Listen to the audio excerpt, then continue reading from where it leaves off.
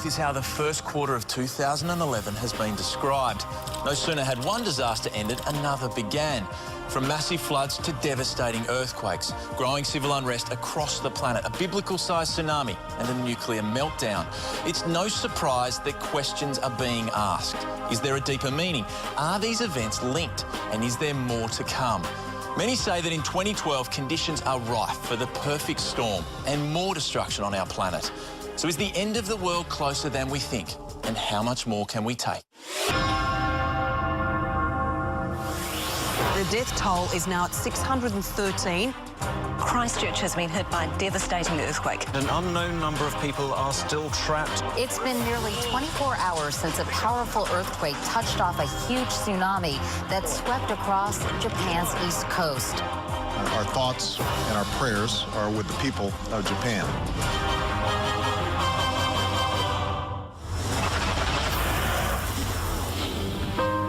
The summer of 2010-2011 will be remembered as our summer of sorrow.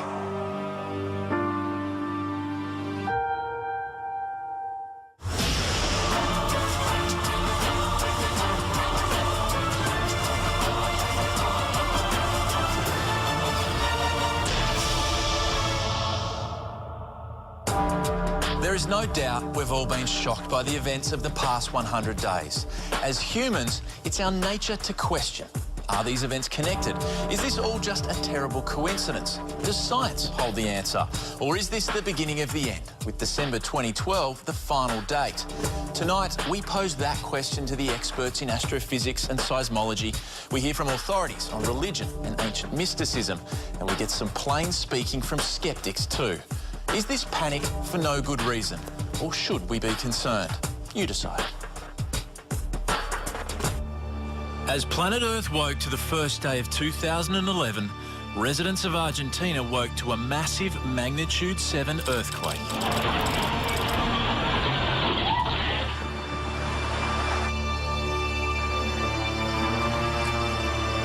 Almost simultaneously, an earthquake hit the Sichuan province in southern China, and with it 100 aftershocks. Around 148,000 people found themselves homeless on the first day of the year. Has this year been more active than most? Well, the start of 2011 has been a particularly active area worldwide.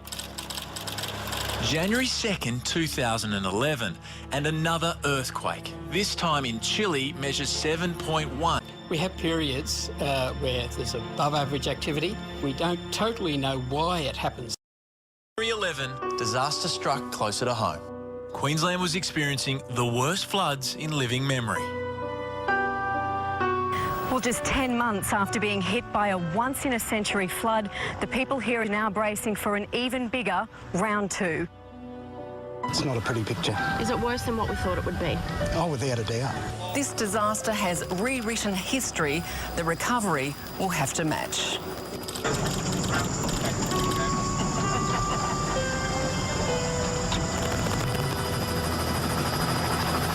This is a disaster on an unprecedented scale, and it will require an unparalleled rebuilding effort. We have had floods before in Queensland, we've had cyclones before, but we've never had a disaster on the scale of this one. The first 3 months of this year have not been typical. There is no doubt that this year has been really tough. Well, look, the floods are obviously tragic. People died, lost a lot of property, and I'm upset about that. But in another way, I also see this as a return to the Australia that was wetter about 30 or 40 years ago. You've got to realise the world isn't as safe as we like to pretend it is. It's wild and much bigger than we are. Get used to it. A Category 5 cyclone Yasi smashed into North Queensland at midnight with wind gusts well over 200 kilometres an hour. There's no doubt that we've been king hit by these disasters. We have had clusters of disasters in the past, and we're having one now. Because it is so close to 2012, 2012 see this as a sign that the prophecies are coming true. The 2012ers based their prophecies on the ancient Mayan calendar, which began over 5,000 years ago.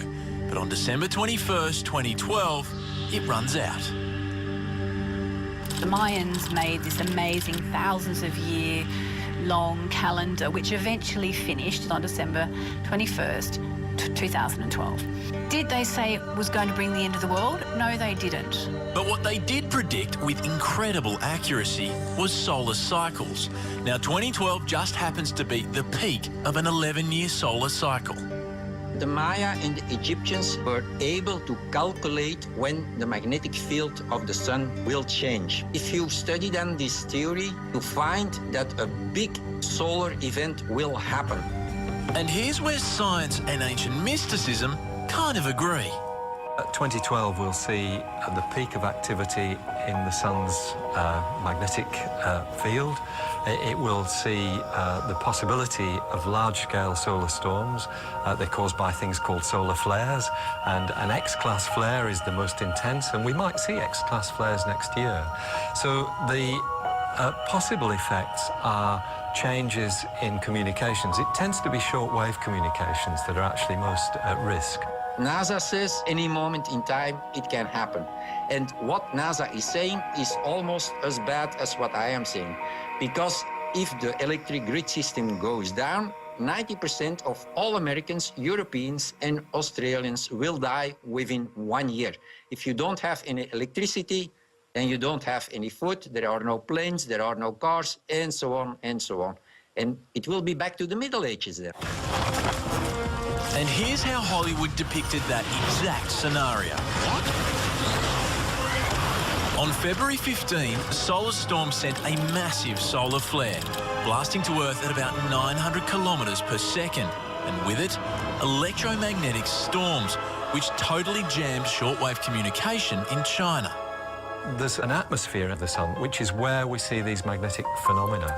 And that is where these, what are called solar flares, which are essentially balls of gas. Sometimes they're twice, 3 times as big as the Earth. It's almost like a cosmic burp coming from the sun.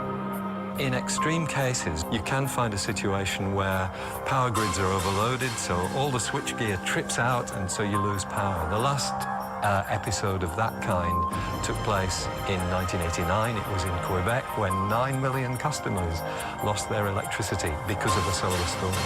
So is this what the ancient texts are predicting? Something's going to happen in 2012. We don't think the world's going to explode or it's the end of everything at that point. But there is this feeling that we're approaching a very interesting time. NASA actually had an article saying, what we're experiencing now, it would be pretty much like you're on the freeway with a group of Toyota Corollas, all the same, and all of a sudden you are passed by a whole fleet of Lamborghini Diablos. And it's like that's what we're experiencing right now as far as cosmic particles. Solar storms, floods and earthquakes, a world in turmoil. But over in Egypt, a storm of a different kind was brewing, and this one was playing out on Facebook. So I think the question in our times is it that there are more disasters happening around the world, or is it that we're able to watch them in real time unfolding on YouTube? Look, certainly it has been said by many, including one of the individuals credited with starting the Egyptian uprising, that it would not have happened without Facebook, and that is extraordinary. This gentleman was a senior marketing executive at Google. He created a Facebook page in memorial to a young man who had been beaten to death by the Egyptian security forces. There are reportedly 15 million users of Facebook in the Middle East, 5 million in Egypt alone. And the government tried to shut it down, and it didn't work. One of the strategic mistakes of this regime was blocking Facebook. They forced everyone who's just, waiting to read the news on Facebook, they forced them to go to the street to be part of this. So countries where there's normally been heavy government censorship, people are able to put their messages out there on Facebook and on YouTube and on Twitter, inspiring other people to act, organizing themselves, mobilizing crowds. In February of this year, the interest on 2012 websites spiked again, when for the second time in less than 6 months, nature unleashed its fury on Christchurch, New Zealand.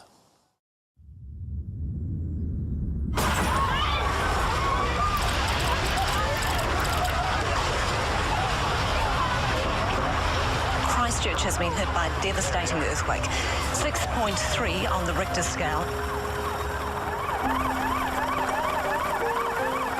While we all watched in horror the images of Mother Nature at her worst, humanitarian organisations were quick to point out that this was society at its best. We have some people who were involved in Queensland, and then first of all the floods, and then the cyclone, and then involved in Victoria, and then were involved in the New Zealand earthquake. You feel as if you've lived 10 years in one, and the emotional impact on everybody, or any human being who cares, is very great indeed. It really has a huge impact.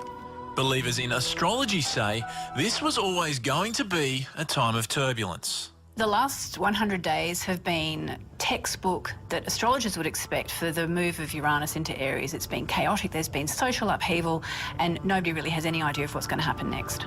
Seismologists believe there is no way to predict the next massive earthquake. What they can offer is an educated guess. Earthquakes happen far more often on the plate boundaries, and earthquakes in anywhere on the plate boundaries, around the Pacific, wherever, are far more likely than elsewhere, and that's a pattern that's been recognised ever since earthquakes have been studied. We've got the Ring of Fire around the Pacific, which is the most active part around the world. About every 100,000 years, Melbourne or any other city will experience a very nasty earthquake comparable to the Christchurch or bigger. But we don't know where we are in the cycle. Still to come. You can be prepared or not, but you'll be the one begging if something bad happens. It is a life insurance policy. And an inexplicable connection between a prediction and an event. Just like Mubarak had said, Gaddafi will fall.